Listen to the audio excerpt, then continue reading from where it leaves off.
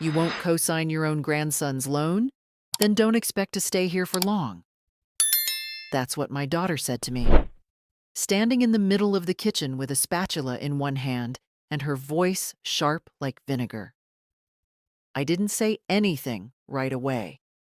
Not because I didn't know what to say, but because, at 76, I've learned that some silences carry more weight than arguments. I was holding the dish towel, still warm from drying plates. Zach had just left the room, his sneakers squeaking against the laminate as he stormed off. The air still held the residue of his words, quick and impatient. "It's just a formality, Grandma. I've got a job. I'm not asking for money." But it wasn't just a formality. I'd been to that bank branch before. I knew what it meant to co-sign a loan for a 20-year-old who barely kept his checking account in the black. "I raised him better," Lydia muttered, shoving the pan into the sink, water splashing. "You know that boy needs a car for work. He's trying, but I guess trying's not enough for you." I wiped my hands and folded the towel in half. "He's got energy. He's got time. He can take the bus a while longer." She turned sharply. "We took you in, didn't we? After your surgery, we rearranged everything. That back room could have been my office, but we made space." It was true. I had moved in after the hip replacement when stairs became too dangerous and silence too long. They had made space. And I was grateful, or I thought I was, until that moment. "Don't think you can just sit here and not be part of this family," she added, quieter this time. I looked at her then, really looked. She wasn't the little girl I once braided hair for. She was a tired woman with a mortgage, a full-time job, and a son who didn't know what responsibility meant yet. But I wasn't just an extension of their needs. I was a person, and my signature wasn't free. That night, I lay in bed, the shadows long across the ceiling. My body ached, not from age, but from carrying the weight of knowing I no longer belonged. Somewhere between her words and his expectation, something in me shifted, not out of spite, but out of clarity. Around midnight, the light in my room flickered once, then died completely. At first, I thought it was a fuse. I checked the lamp, the outlet. Nothing. The rest of the house glowed soft with warmth. The hallway light, the blue flicker of the TV in the living room. Only my room was dark. I lay there, eyes open, swallowed by the dark. The silence in the house felt colder than the draft slipping through the poorly sealed window. I reached again for the lamp switch, flicked it, once, twice. Nothing. I got out of bed slowly, knees stiff, joints protesting. Pulled on my robe, shuffled across the floor in wool socks, and opened the door just enough to see the hallway. Light, soft, golden. Everything else was working. I stood there a long moment before closing the door again. The darkness wasn't a mistake. The following morning, no one mentioned it. Zach was already gone by the time I walked into the kitchen. Lydia stood at the counter, sipping her coffee, scrolling through her phone. I said good morning. She nodded, but didn't look up. I reached for my teacup in the cabinet, filled the kettle, and stood in silence beside her. The kind of silence that thickens the air, presses against your temples. "My light didn't work last night," I said quietly, not accusing, just stating. She shrugged, eyes still on the screen. Maybe something tripped. "Everything else was fine." Another shrug. "You'll have to ask Zach," she added after a pause. "He was fiddling with the breakers the other day." I didn't respond. Instead, I made my tea, sat at the far end of the table and stirred slowly, the spoon clinking against porcelain like a ticking clock. I could have pushed, could have asked why he'd touch anything in the panel. but I knew better. Pushing would turn me into the problem, into the reason the house felt tense, into the burden, and I'd had enough of being cast in that role. Later that afternoon, I checked the breaker box myself. Everything was fine, every switch in its place. No labels scratched out, no wires out of place. Just neat rows and steady humming. The next night, it was the outlet. I went to plug in my heating pad, the only thing that soothed my hip when it flared. And nothing. I tried the second plug, then the one near the door. Dead. I carried the pad to the hallway. It worked there just fine. It was subtle. A slow fade, not a confrontation. No one screamed at me. No one locked the door. They just started chipping away at comfort, one little piece at a time. I didn't speak of it again. Not about the light, not about the outlet. I went about my days as if nothing had shifted. Cooked when I was asked, folded towels from the dryer, fed the cat, answered Zach's lazy hellos with polite nods. But at night, I sat in that dim room, lamp dead, plugs cold, and felt the weight of a message they weren't brave enough to say out loud. You are no longer welcome here. It's a strange thing, realizing your presence has moved from needed to tolerated.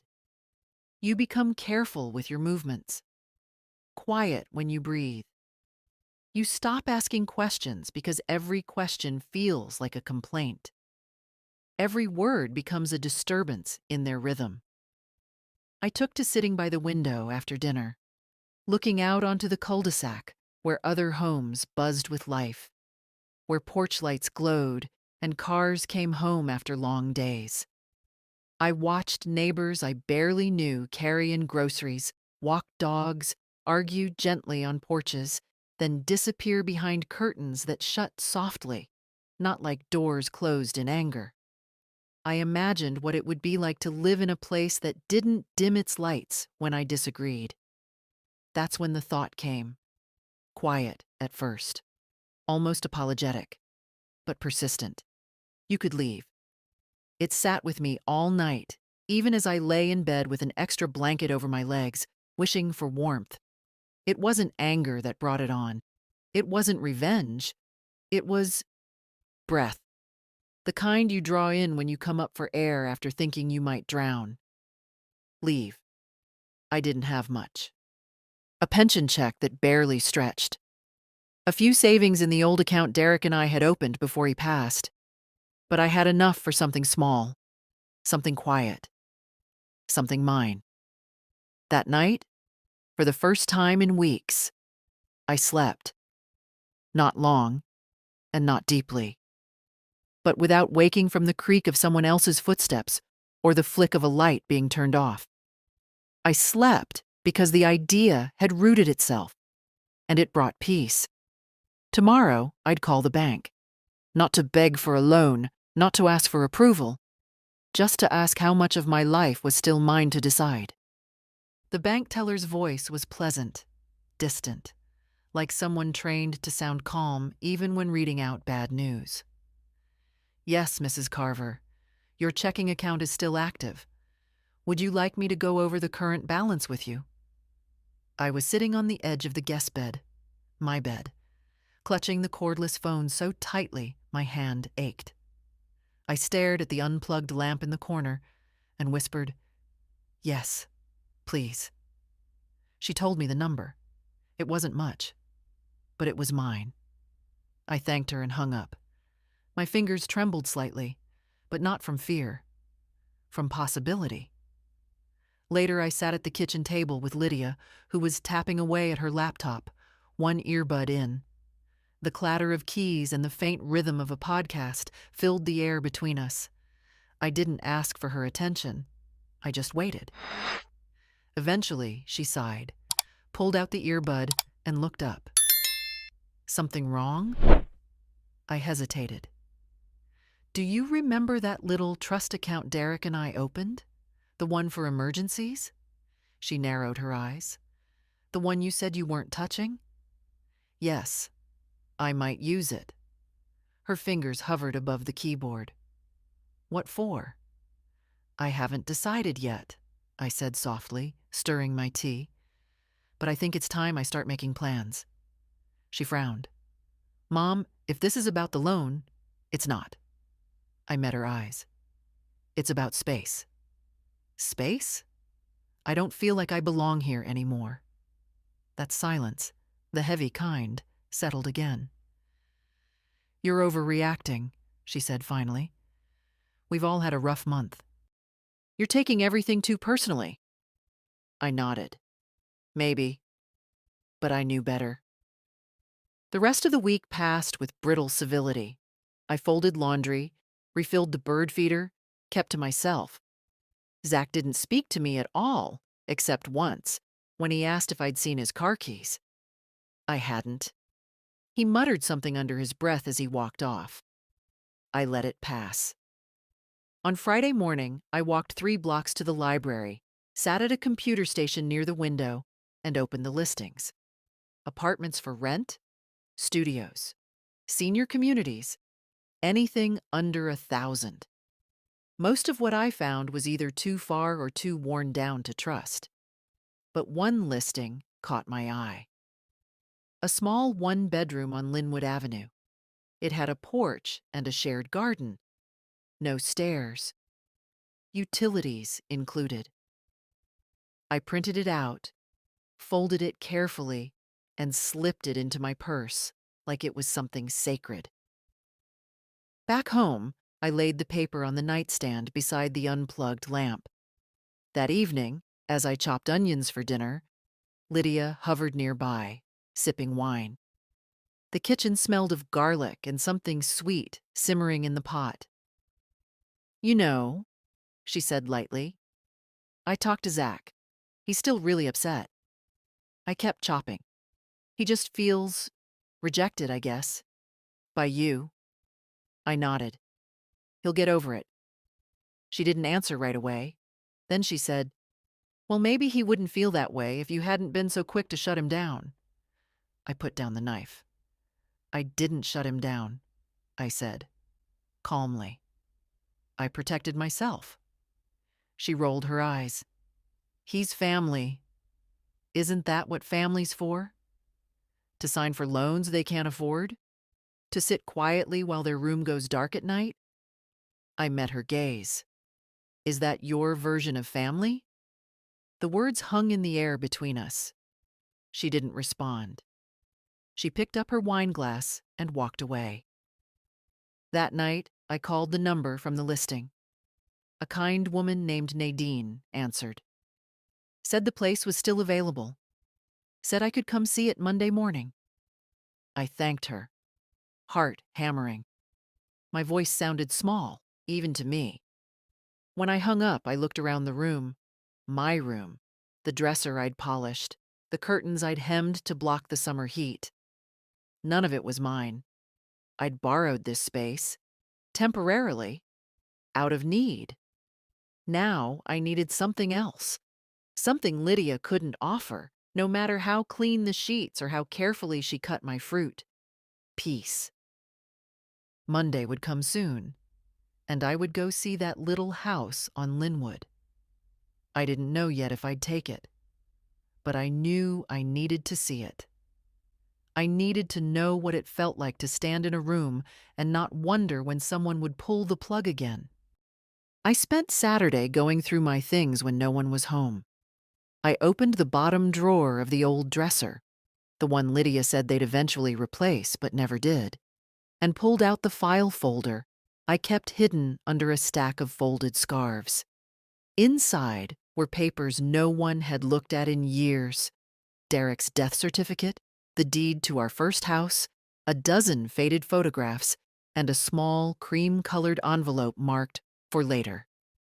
Derek's handwriting. I didn't open it. I knew what was inside. His last note, written from the hospital bed the night before he passed. I'd read it once, and it had gutted me. I didn't need to read it again.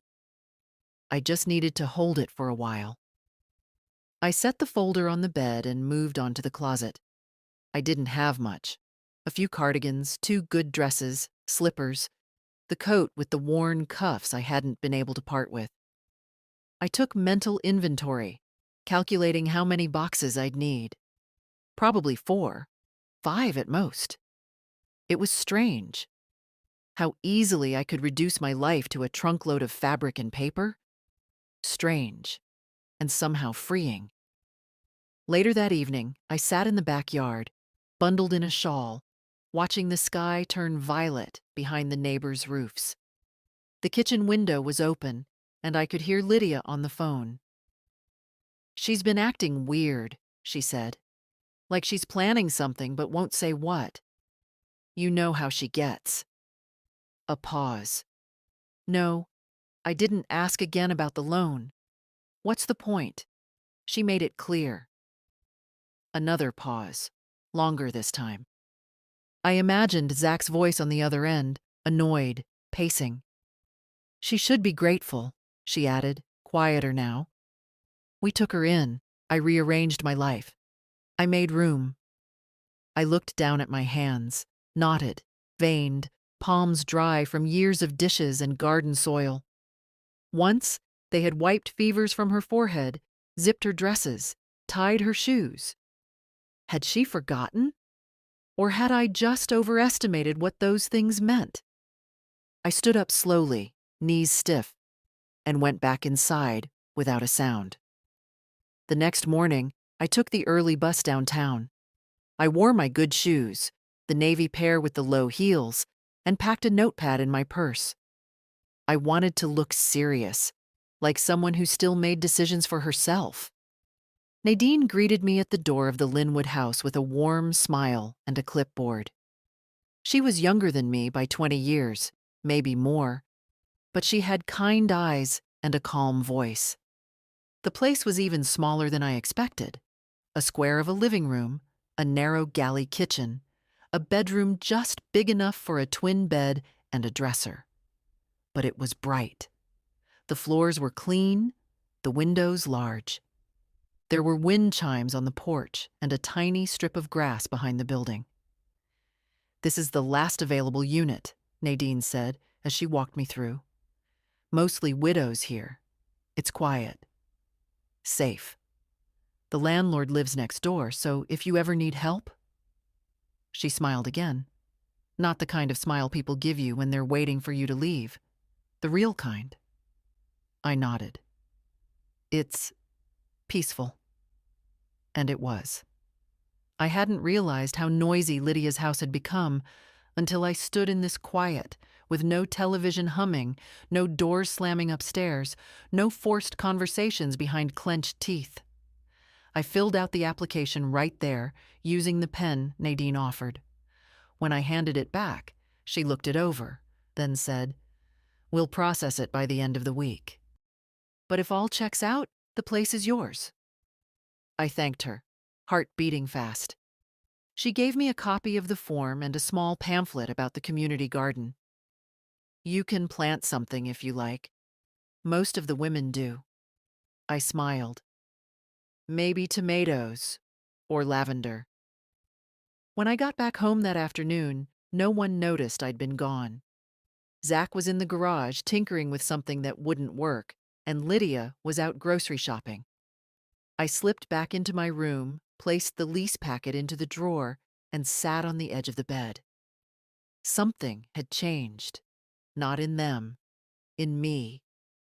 For the first time in a long while, I wasn't waiting for someone to notice me. I wasn't hoping for kindness or for things to go back to how they were. I was making plans, and soon I'd no longer be a guest in someone else's home. I'd be a woman in her own space, with her own light, her own warmth, and her own keys. Zach knocked once before pushing my door open. No, "Grandma," no, "May I come in?" Just the sound of his hand on the wood and the click of the handle. I looked up from my crossword, pencil still in hand. "Can we talk?" he asked, already stepping inside. His cologne was too strong, or maybe I'd just grown more sensitive with age. Of course, I said, setting the puzzle on my nightstand. He didn't sit, just stood near the dresser, arms crossed, like he was guarding something, or preparing for a speech. I don't get it, he started, his tone sharp from the start. I mean, it's not like I asked you to give me the money. I just needed your signature. You know that, right? I nodded. I do? And you still said no. Yes. He let out a bitter laugh. You don't trust me. I trust you to be who you are right now, I replied calmly. And right now, you're a young man who's learning, who's figuring things out, which means you'll make mistakes, and that's all right. But I won't risk what little I have on a loan you might not be ready for. He looked at me like I'd spoken another language. You think I'm irresponsible? I didn't respond. I didn't need to. Zach ran a hand through his hair. You've been living here rent-free. My mom's cooking, cleaning. I do my share, I interrupted, but gently. I cook. I clean. I babysit when needed. I pay for my own groceries. And if you believe I'm a burden, say it plainly. Don't wrap it in the word rent. That made him pause. He hadn't expected pushback. I thought you'd help. You always help. I nodded. I've helped many times. When your mother's first car broke down. When she needed new braces. When your school trip wasn't covered. I helped because I wanted to. But helping isn't the same as enabling. He shifted on his feet. So, you're punishing me. No, Zach. I'm protecting both of us. You from a debt you might not be able to carry. Me from losing what little independence I have left. He looked at the unplugged lamp in the corner, then at me. Did you unplug that? No, I said quietly. He looked away. A pause hung there. Then softer, he asked, So, what now? I met his eyes. Now, we go on. You make your choices. I make mine. But you don't get to guilt me into co-signing. Not with family. Not with history. He didn't reply, just nodded slowly and left the room, closing the door with more force than necessary. I sat for a long time after that, my hand resting on the pencil, the crossword half finished.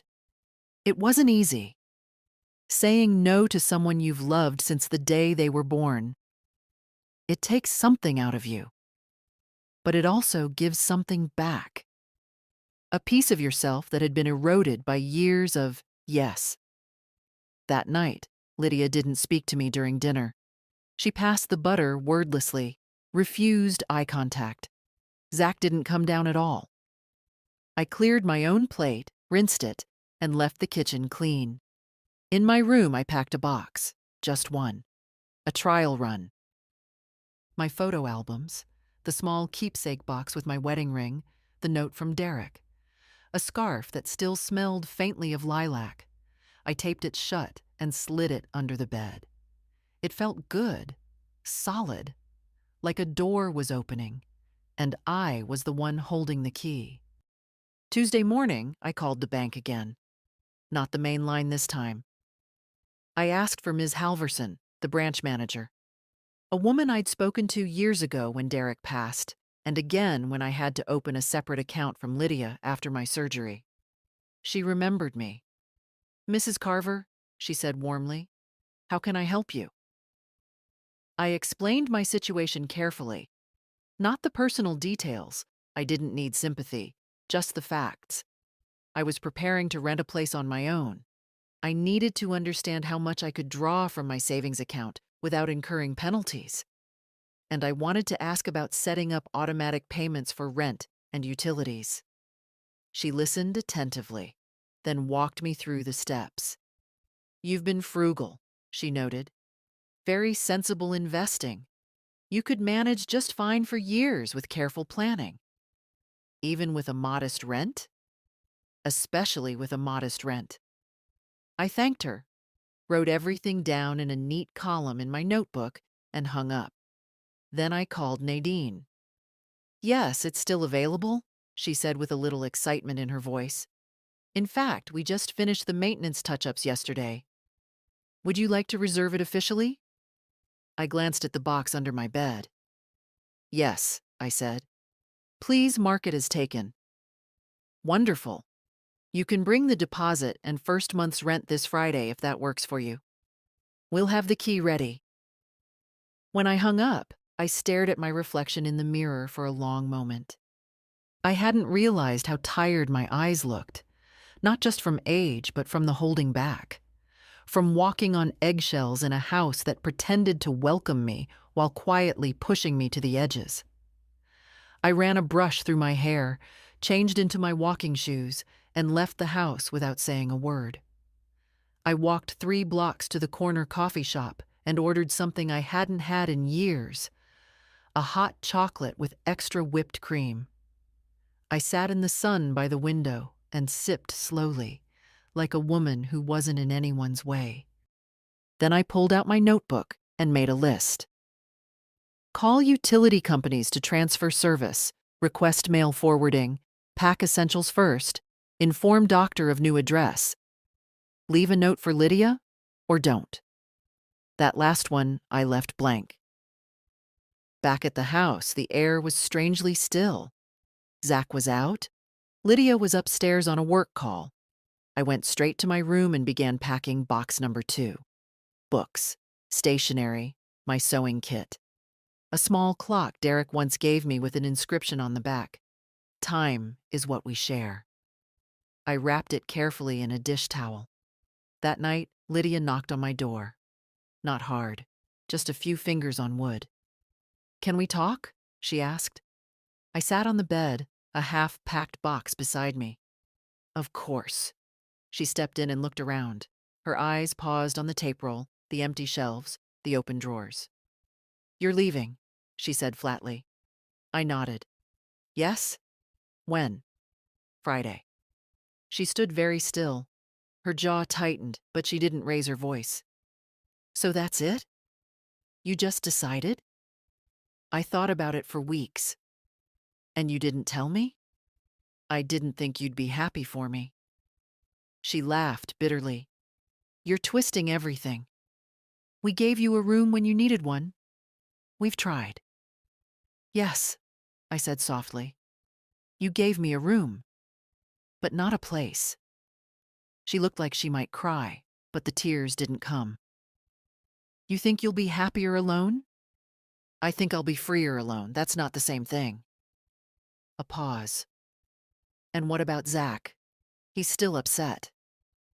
I met her eyes. He'll recover. He's young. He has time to learn that love isn't a contract. She didn't reply, just left, closing the door behind her. That night I lay awake, not from anxiety, but from relief. It was happening. Quietly, cleanly. No drama, no shouting. Just a decision made by a woman who had spent a lifetime giving and now had chosen to take something back. Her dignity, her space, her peace. On Wednesday, I started boxing up the last few things that still made this room feel like mine. My nightgown, a crocheted throw I'd made during chemo treatments when my hands shook too much to hold a book, a small tin of buttons that once belonged to my mother. The rest, the furniture, the curtains, the mattress, had never been mine to begin with. Mid-morning, Lydia called from the other side of the door. Not a knock this time, just her voice, short and clipped. Do you need anything from the store? I hesitated, then answered, No, thank you. A pause, then footsteps down the hall. She didn't ask where I was going. She hadn't asked why I was packing. It was easier for both of us, I suppose, to pretend this was just another room being emptied for repainting. Another load of laundry, another box for the attic. Around noon, I found an old photograph tucked into a book I hadn't opened in years. It was from a summer picnic. Lydia no more than 10. Zach still a baby in my arms. Derek grinning beside me, wearing that ridiculous fishing hat he refused to throw out. We were sitting on a plaid blanket, a jug of lemonade beside us, and the sun made everyone look a little golden. I held it for a long time, not with sadness, just with acknowledgement. That was a good day. That day, we were happy.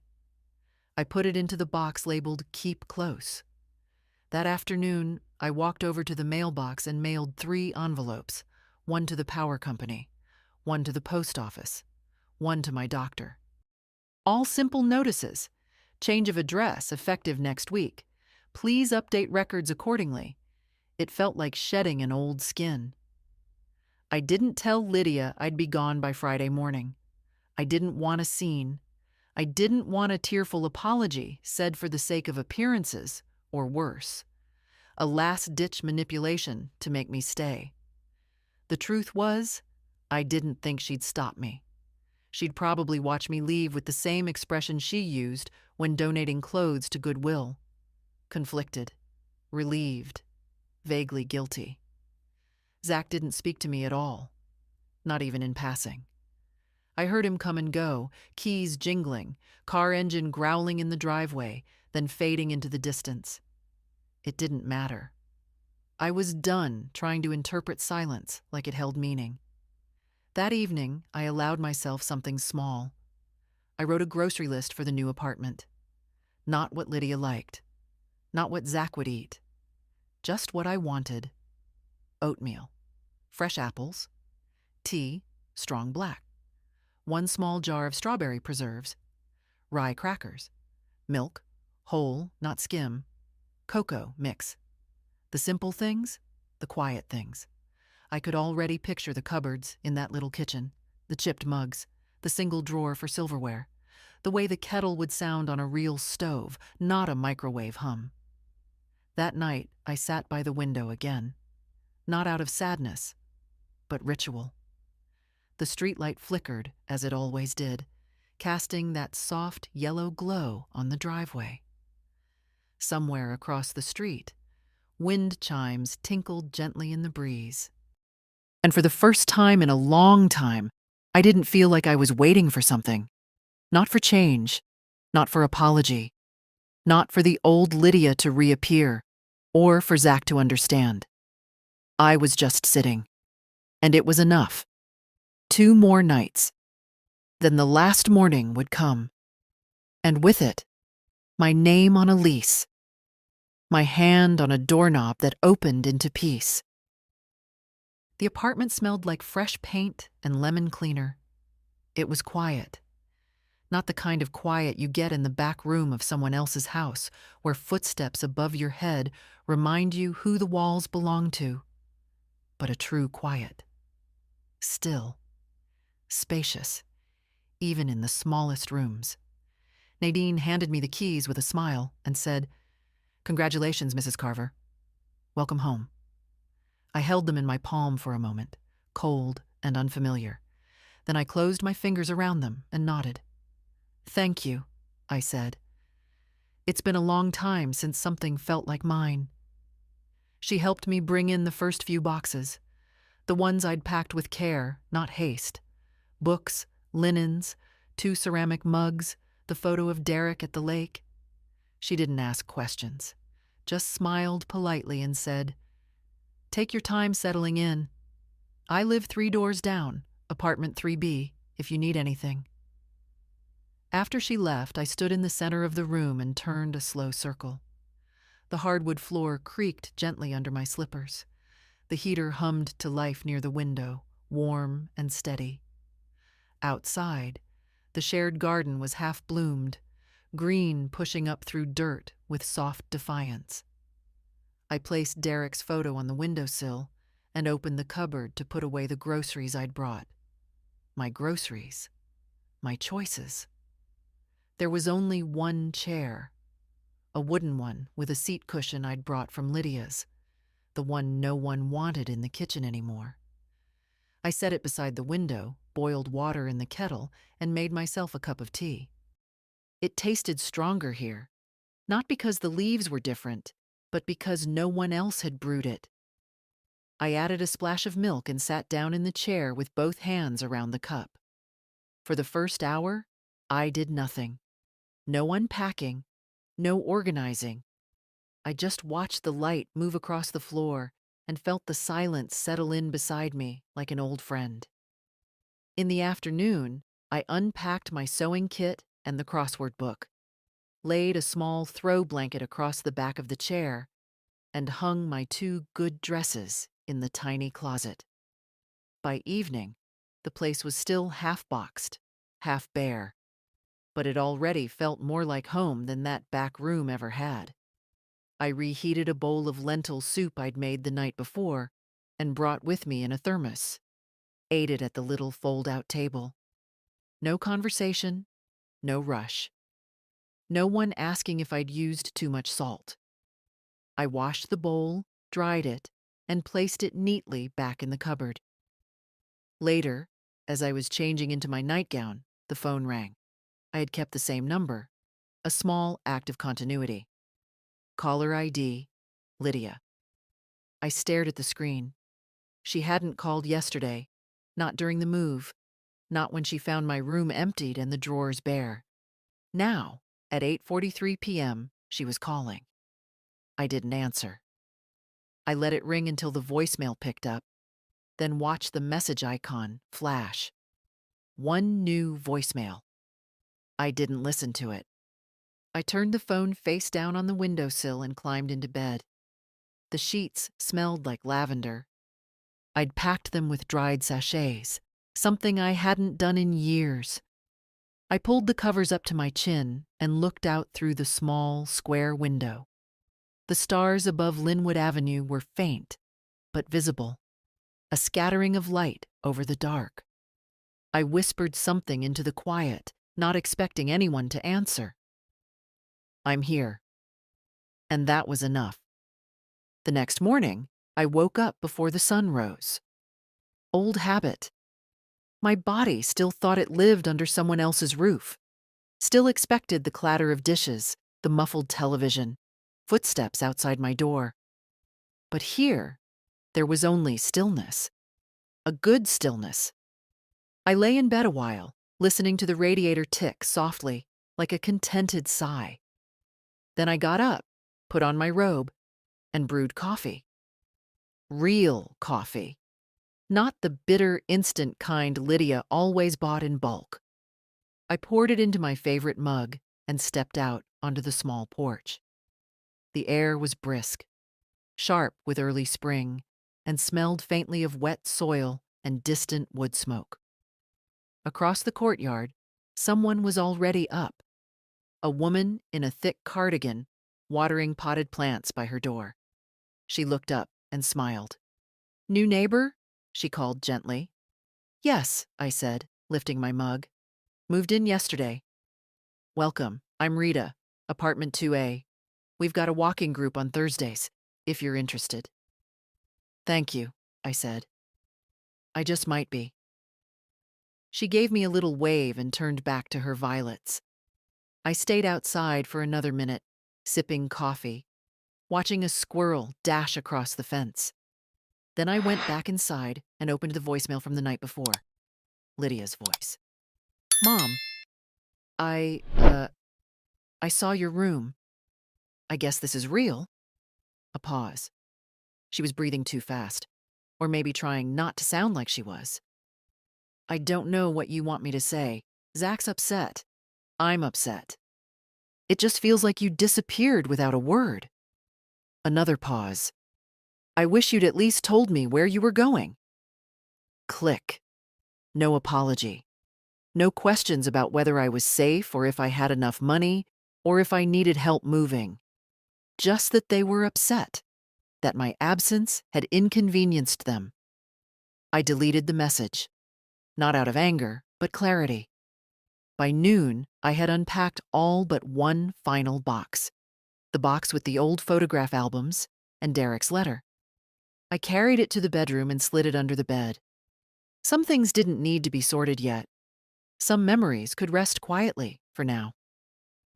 After lunch, I walked to the corner market, 3 blocks down, and bought a bunch of tulips. Yellow, my favorite. The clerk, a teenage girl with chipped purple nail polish, wrapped them gently and said, "Someone special?" I smiled. "Yes, me." Back home, I put them in a glass jar and set them on the table. Later that evening, just as I was finishing my soup, the phone rang again. Zach this time. I watched the screen blink. 5 rings, 6. Then it stopped. I didn't check the voicemail. I didn't need to. I knew what it would say. Instead, I pulled the Afghan over my legs and turned on the little radio I'd brought with me. Found a classical station playing something soft and sweeping. I closed my eyes and let it fill the room. And for the first time in years, I didn't feel like I owed anyone an explanation. No one could reach into my silence anymore and claim it for themselves. No one could demand space in my thoughts, or a signature on a line, or my presence in a house that felt like exile. This space was mine. The quiet, the warmth, the small yellow tulips bending toward the lamp. I didn't know what tomorrow would bring. I didn't have a plan beyond the next cup of tea, but for tonight, I had everything I needed. The first night in the new apartment felt like a slow exhale. The second felt like stillness. But the third felt like arrival. That morning, I made pancakes for one. I used real butter, sliced up an apple, and listened to the radio play something old and sweet. I didn't miss the chatter of a household I never really belonged to. I didn't miss being tiptoed around or dismissed entirely. I didn't even miss the sound of footsteps outside my door. After breakfast, I sat with my notebook and wrote 3 simple words. I am home. I don't know why it mattered to write them. Maybe because I'd spent so many years being temporary in someone else's life. Even before I moved in with Lydia, I'd floated, from medical appointments to Zach's school concerts, to family holidays where I was needed, but never invited. Now, I had a front door that locked from the inside, a cupboard where nothing disappeared overnight, a small hook where I hung my robe without it being pushed aside. And I had space. Quiet, unfilled space. I took a walk to the library, signed up for a new card, and checked out 2 books, one on herb gardening and one on women who reinvented themselves after 70. I sat on a park bench nearby and read for over an hour, my coat buttoned tight, the sun warm on my face. It felt luxurious somehow to sit with a book and no one expecting me to be anywhere else. When I came back to the apartment, there was a note under my door. It was handwritten in neat script. Mrs. Carver, if you ever feel like joining for tea, we meet on Wednesdays at 4 in the garden. Just a few of us neighbors. Rita. I placed the note on the fridge with a magnet I'd brought from Derek's workshop. An old horseshoe bent into a heart. Then I sat down at the table and smiled. A real smile. Not the practiced, polite one I'd worn at Lydia's. That evening, I lit a candle for the first time in years. A small act, but meaningful. I let the room glow soft and orange as I prepared dinner. A bowl of soup, a slice of toast, and a little dish of olives. Something Lydia always said, smelled like old furniture. I liked that smell. Halfway through dinner, the phone rang again. This time it was a number I didn't recognize. I answered. Grandma? Zach's voice, quieter than usual. Yes? He cleared his throat. I just wanted to know you're okay. I am, I said. I'm well. Another pause. Where are you living? A few miles from you, still in town. He hesitated. You didn't tell us. No, I agreed. Why not? Because you didn't ask, I said gently. Not really. You were angry I said no. You weren't interested in where I'd go, only in the fact that I left. He didn't respond. I'm not saying that to punish you, I added, just so you understand. Sometimes people leave not out of anger, but out of necessity. I didn't mean to make you feel. You didn't make me feel anything, Zach. I've been feeling that way for years. I just finally acted on it. Silence again. Then, can I see you? Not yet, I said. Soon, maybe, but not yet. Okay. His voice was so small I had to close my eyes to bear it. I'm not angry with you, I said, but I need to be here now. I need to be mine. Okay, Grandma. After he hung up, I sat at the table a long while. The soup had gone cold. The candle flickered low. I wasn't crying. I didn't feel broken. I felt whole. Maybe for the first time in decades. This little apartment, with its crooked drawer and chipped countertile, had become the place where I returned to myself, where silence wasn't punishment, where light stayed on as long as I wanted it, and I knew, whatever came next, I'd never again live in a house where the door to my peace was controlled by someone else's mood. On Thursday morning, I went to the lawyer's office. Francine Daly, a sturdy woman in her 60s with gray hair tied back in a braid and eyes that missed nothing, had been handling my affairs since Derek passed. She was the one who helped me settle the estate, rewrite the will, and navigate paperwork I never wanted to learn to read. When I walked into her office, she looked up from her desk and gave me a slow, approving nod. Well now, I was wondering when I'd see you. I need to make some changes, I said, taking the seat opposite her. I've moved. She folded her hands. I'd heard. Lydia left a message last night. Sounded concerned. I imagine she's more surprised than concerned. Francine raised an eyebrow. She also asked whether your accounts were still in your name. That didn't surprise me either. I'd like to review my financial directives, I said calmly, and update my will. Francine gave a small smile. Let's get to it. For the next hour, we went through documents. I removed Lydia as the primary beneficiary, not out of revenge, but out of reality. We both knew she'd treat my savings like a resource, not a legacy. Instead, I named a local scholarship fund for young women over 40 returning to school. Education had changed my life once. Briefly, before I left to care for my father. And I wanted someone else to get their second chance. I also left a small monthly stipend in trust for Zach, but with clear conditions. It wouldn't begin until he turned 25, and only if he'd completed some form of training. Trade, school, anything. It wasn't punishment. It was structure.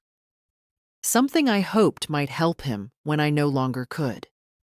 Lastly, I requested that my modest belongings, jewelry, books, the handmade quilts, be donated to a local shelter for women leaving abusive homes. When we were done, Francine printed a fresh copy and slid it across the desk. Still sure? She asked. I signed without hesitation. Completely. She sat back, hands folded again. You look lighter, Rosalind. Happier. I am. As I left her office, I walked past the florist on the corner and picked out a single daffodil. Yellow again, the color of beginnings. I carried it home in one hand and placed it in a small jar on the windowsill beside Derek's picture. He looked right, there in the light. That evening, I made pasta and opened a bottle of red wine I'd been saving for no occasion in particular. I toasted quietly to the air, to freedom, to clarity, to late decisions that still count. The phone rang just as I was finishing my meal. Lydia again. I didn't pick up, but this time I listened to the message. Mom, I don't know what to say. You just left. Zach's confused. I'm trying to be respectful, but I don't understand what I did wrong. There was no apology, just confusion wrapped in self-pity. She wasn't ready to see it. Not yet. Maybe never. And that was all right. I wasn't living this life so she'd understand me. I was living it because I'd spent too many years pretending I didn't need one of my own. Later, I curled up in my chair with a blanket around my shoulders and a book in my lap. Outside, rain tapped softly on the window. Inside, the daffodil bent its head gently in the warm lamplight. No interruptions. No raised voices down the hall. No doors closing too hard. Just the rhythm of my own breath, steady and quiet. My own roof. My own name on the papers. My own life. Not loud, not big, but fully mine. On Saturday afternoon, there was a knock at the door. Not a delivery, not a neighbor. It was Zach. I saw him through the peephole. His tall frame hunched slightly, a nervous shift from foot to foot. He wasn't wearing his usual confidence. His shoulders sagged, hands stuffed deep in his hoodie pocket. I opened the door. "Hi, Grandma." His voice was quiet. The last time I saw him, he'd been angry. Now, he looked like someone who'd just realized how many bridges he'd burned on a single walk. I stepped back. "You can come in, but only if you're ready to talk like an adult." He nodded. "I am."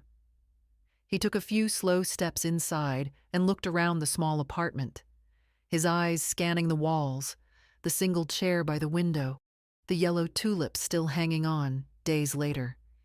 He didn't say anything about the size or the modesty of it. Maybe he was smart enough to know that would have been the end of the visit. "I like it here," he said finally. "I do too." I motioned to the small table. He sat. I poured us both tea. We were quiet for a while, just the soft clink of spoons in cups. Then he said, "I didn't come to ask you for anything." "That's good," I replied, gently but firmly. "I just wanted to see you. I've been thinking a lot." I nodded and waited. "You were right," he said after a moment. "About the loan, about me not being ready. I got denied anyway, even with someone else." I didn't gloat. That's not what this moment needed. "I'm sorry," he said. "Not just about the loan. About everything. About how I spoke to you. About how I acted like you owed me something." I studied him for a moment. His hands were trembling slightly. Whether from nerves or shame, I didn't know. Maybe both. "You didn't just act entitled, Zach," I said quietly. "You acted like I stopped being a person the moment I said no." He winced. "I know. I raised your mother not to need anyone. But somewhere along the way, she taught you that needing meant taking. And I let that happen. I played along." He looked at me then. Really looked. "You were always there," he said. "Every school trip, every birthday, even when Mom forgot. I guess I took that for granted." "Yes, you did." A long silence passed. It wasn't uncomfortable. It was heavy with truth. "I started a job at the repair shop on West Street," he said finally. "Not what I thought I'd be doing, but it's something." I nodded. Honest work is never the wrong choice. "I wanted you to know I'm trying." "I believe you," I said. "Trying is a good start. But trust doesn't come back overnight, Zach. You understand that, don't you?" "I do." He looked down at his tea, then added, "Mom doesn't understand. She thinks you're punishing us." "I'm not," I said. "I'm protecting myself. That's different." He gave a small, almost sheepish smile. I didn't know there was a difference until now. I reached across the table and placed my hand over his. "Zach, I don't stop loving people just because they hurt me, but I do start choosing what kind of love I can give, and what kind I no longer have to." He didn't cry, but I could see it in the way his jaw tensed, the way his eyes blinked a little too fast. Can I come again? He asked. Yes, I said, but only when you want to visit me, not when you want something. I understand. He stood, looked around once more, then hugged me. Not the rushed, obligatory kind, a real one, like the kind he used to give me when he was small and still believed I could fix everything. He didn't stay long. He didn't overreach. And when he left, I didn't feel drained. I felt hopeful. That night, I lit another candle. This one was lavender, slow burning. I curled into my chair, a blanket over my knees, and sipped warm cocoa. Outside, the street was quiet. Inside, I finally believed something I hadn't dared to feel in a long time. That leaving hadn't been the end of love. It had been the beginning of self-respect. Lydia showed up 3 days later. I hadn't invited her, hadn't expected her. I was watering the herbs I'd started on the windowsill, basil, rosemary, and a little pot of chives, when I heard the knock. Not hurried, not tentative.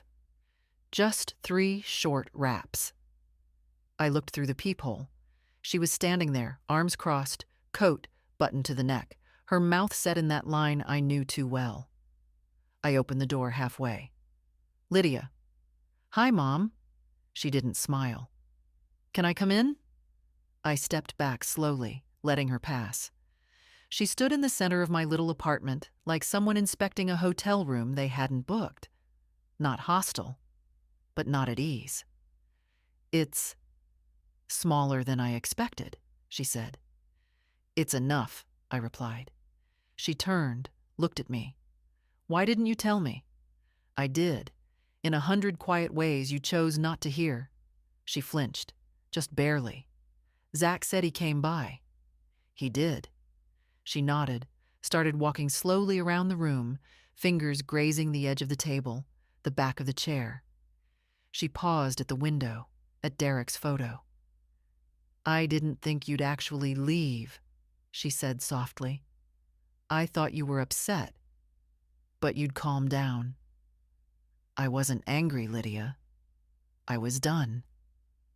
She looked at me, and for a moment I saw the little girl she used to be, the one who used to crawl into bed beside me during thunderstorms, the one who cried when she scraped her knee and only stopped when I kissed the bandage. You raised me to be strong, she said. But sometimes I think I took that to mean hard. Yes, I said. You did. She sat down in the chair, slowly, like it wasn't built to hold something as heavy as regret. I didn't know how to help you when you moved in, she said. I didn't know how to make space for you without losing my own. I never asked you to lose anything, I said gently. I only asked for room to breathe. She looked down at her hands. I thought I was helping. I told myself I was. But I started to resent it. I let Zach speak to you in ways he never should have. I let myself believe you owed us. I gave you years, I said. My time, my money, my patience. But the moment I stopped giving, the door started to close. I know, she whispered, and I hate that I didn't see it until you were gone. We sat in silence for a while. The heater clicked on, a soft hum against the quiet. I'm not here to ask you to come back, she said. I know better. I nodded. I just wanted to say I'm sorry. It wasn't a dramatic apology. No tears, no pleading. Just 5 words that had taken her far too long to find. I accept that, I said, but I'm not coming back. That house stopped being mine long ago. She nodded, stood, walked to the door, then turned. Can we start over? From here?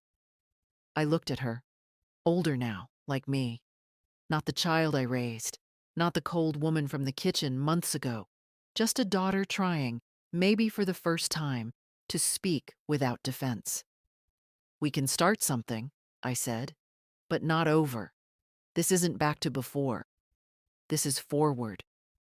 Her shoulders dropped just a bit. The line in her mouth softened. "All right," she said.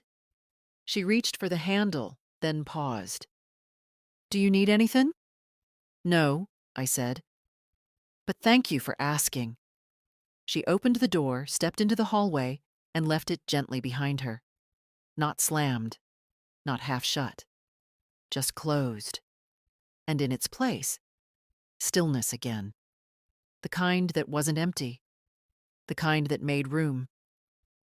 The seasons shifted without much ceremony. Spring folded into early summer. The garden out back came alive with more colors than I had names for. Rita brought me a cutting from her lilac bush, and we planted it just beneath my window. She said it would take root quickly, that by next year it would be full and fragrant. "It's patient," she said, "but strong." Like me, I thought, though I didn't say it out loud. I joined the Wednesday tea circle. There were 4 of us at first, all women, all in our 60s or older, all carrying stories we never rushed to tell. We spoke of books, of neighbors, of aches in our hips and knees, of recipes long forgotten. But underneath it all, there was a quiet kind of sisterhood, the kind that doesn't need explaining. No one asked me why I'd moved. They just made space at the table and passed me the sugar bowl. I kept to myself otherwise. I read more, cooked simply, walked to the market once a week, and bought what I wanted, nothing more. I even bought a little radio with a handle, just like the one Derek and I used to take on picnics. One Sunday afternoon, I played it on the porch, watching birds dart through the hedges while Billie Holiday sang low and slow through the speakers. That was the day I let myself cry. Not the sharp, gasping kind of grief. Not anger. Just a long, quiet weeping for everything I had carried too long. The years of being needed without being seen, of loving in silence, of sitting in darkened rooms wondering when the next kindness would come. I cried because I had survived it. And now I had this. Not perfection, not endless joy, but space, dignity, light that stayed on when I wanted it to. Lydia called sometimes. Not often, just enough. The conversations were tentative but better. She didn't ask when I'd visit. She didn't bring up the past. She once told me, "Zach's changed since he saw you. He started showing up on time. Bought a second-hand car with his own name on the papers." I didn't say much, just nodded and said I was glad. Because I was. And Zach wrote me a letter, on paper. A short note folded in half, slipped into a plain envelope.